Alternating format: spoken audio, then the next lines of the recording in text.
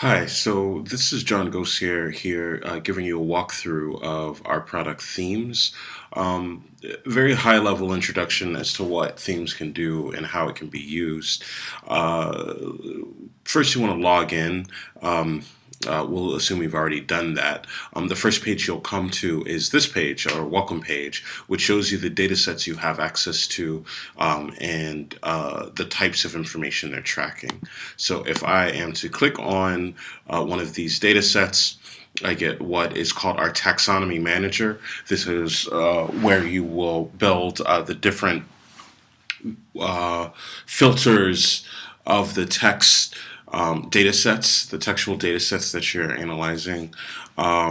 Here we've got one. We can see that we've got some filters applied. We could delete it. We could start over.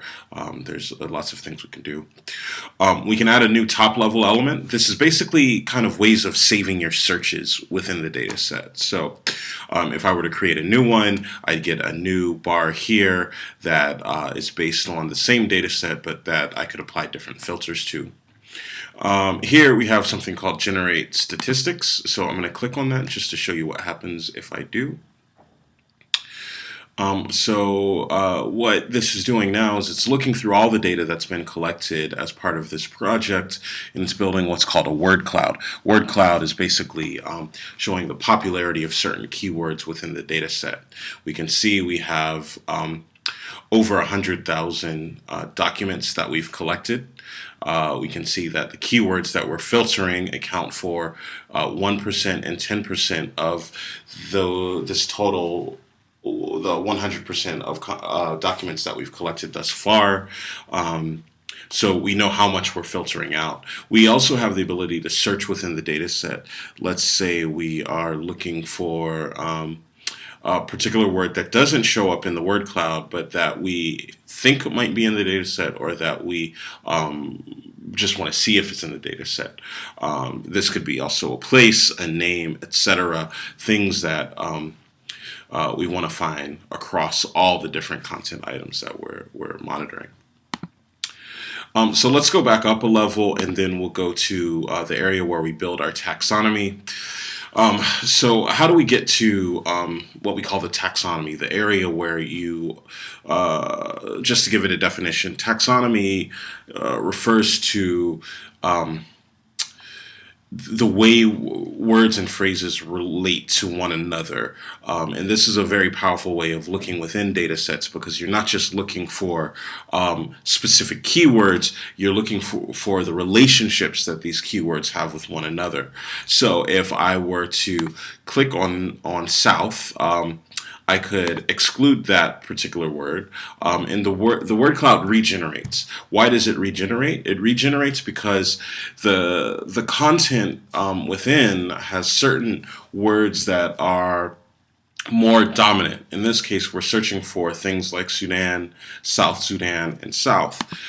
So those overwhelmingly are represented in the data set. But let's say we want to look at the data set without the words that we know are there, the keywords that we know are there. We can continue to do this until we start to find more interesting things in the data set. We can get rid of HTML tags. We can get rid of things that seem to be throwing us off, things that I'm not sure what all of these things, how they all relate, but we can see that they're all related within the data set. And so we can dive in, but the ability to filter out helps us focus. So if I analyze the data set based on only what we've kept, the keywords that we've kept, and not the keywords that we've excluded, we end up with a data set not of 120,000 documents, but 15,000.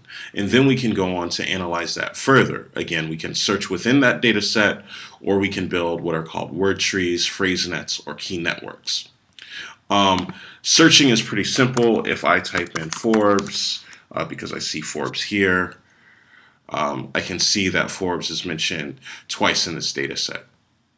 Again, we're talking about the 15,848 items, not the full 100,000 items that we started with, because we've applied these filters. We've excluded certain words, and we've ended up with this data set, which correlates to this.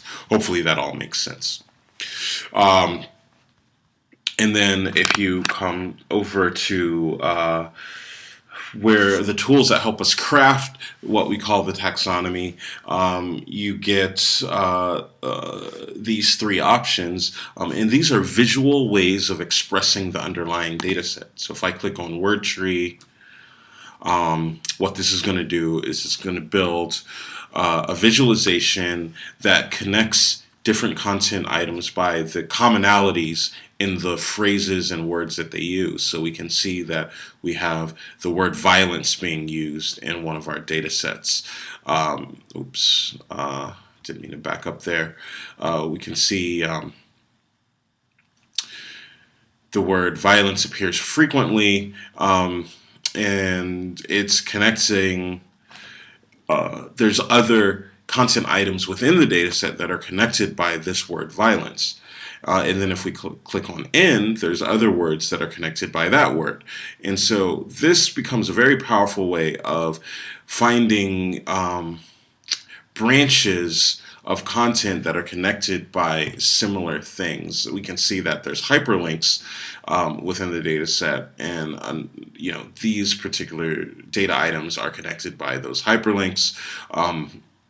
In this particular data set, there don't seem to be many commonalities, but it's really interesting sometimes the things that are connecting the completely different content items that people are posting. If I want to look at those content items again, I can always search within. I can always see the full data set.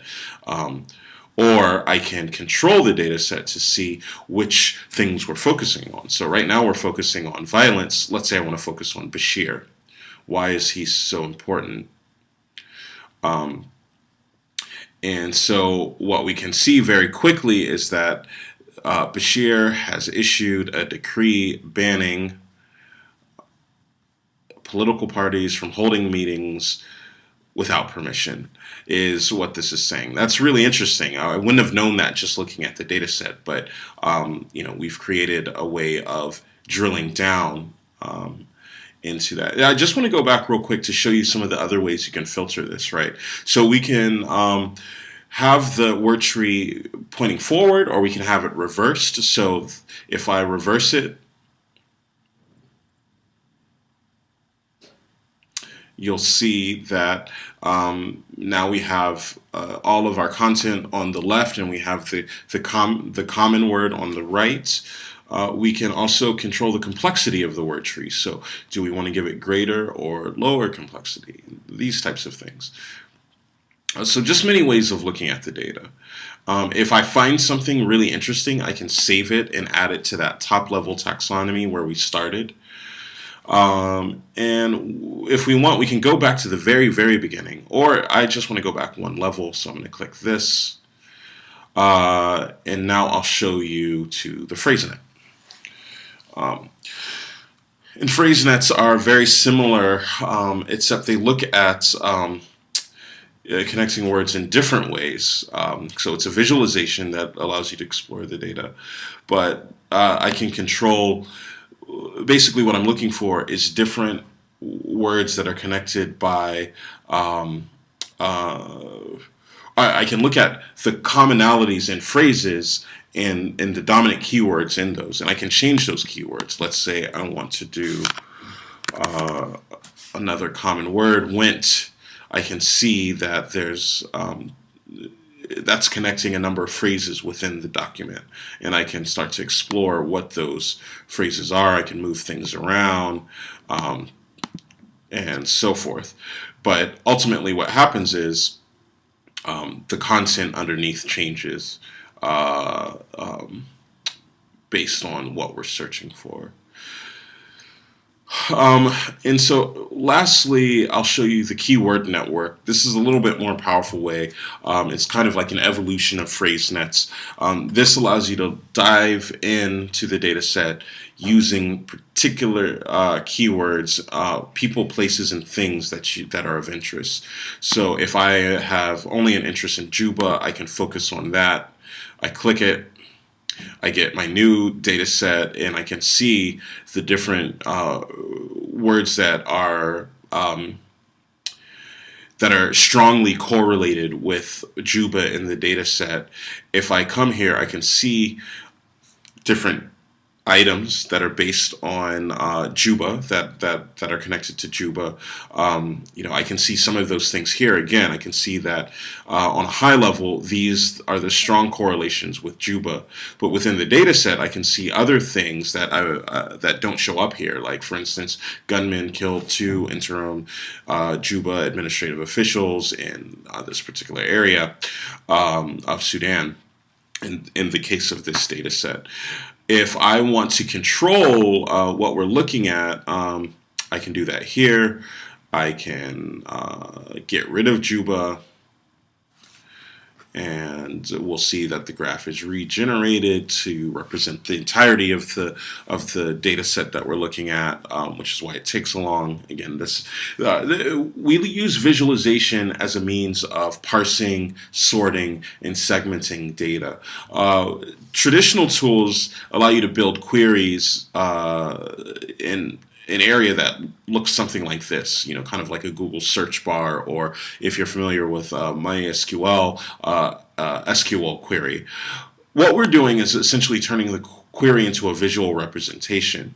And so this is saying within the data set, show us the strongest correlations between keywords to one another based on frequency, based on how they're used, and some natural language processing, etc. Now, if I want to control the complexity of this graph, I can move this, and if I move it to the right, the graph is regenerated, and will display based on that move. So we can see that we've increased the complexity of the graph. If I want to reduce the complexity of the graphs, I would go to the left, and we'll see what happens here. And as you can see, we're looking for the strongest correlations in the data set. So violence, Darfur, people, Africa, Bashir, rebel, war. These are the words that are most dominant in the data set. And if I want to focus on any one of these, again, I can do that. So I can focus on this tag. I can increase the complexity, and I can view the underlying data.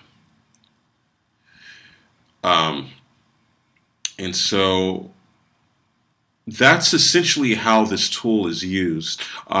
So if you're looking for something specific in the data set, you would just kind of do this over and over again until you find what you're looking for. Along the way, you're going to find things that you aren't looking for that may be of interest, which is why we give you the ability to sort of bookmark searches and constructs of the data that you've created, so that you can have the data segmented in different ways.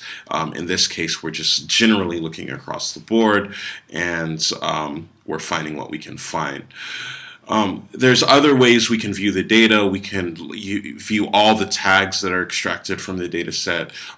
This is only maybe the most frequent tags. If I search within, I might find others.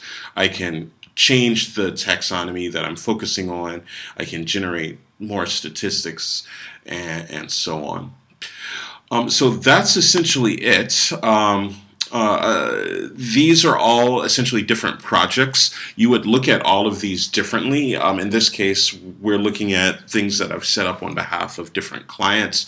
One who's very interested in the real-time analysis of what's going on in South Sudan. Another is looking at the situation regarding Chris Christie. The other is a pundit who appears in media, who's monitoring his profile on the web to see what people are saying about himself, and so on.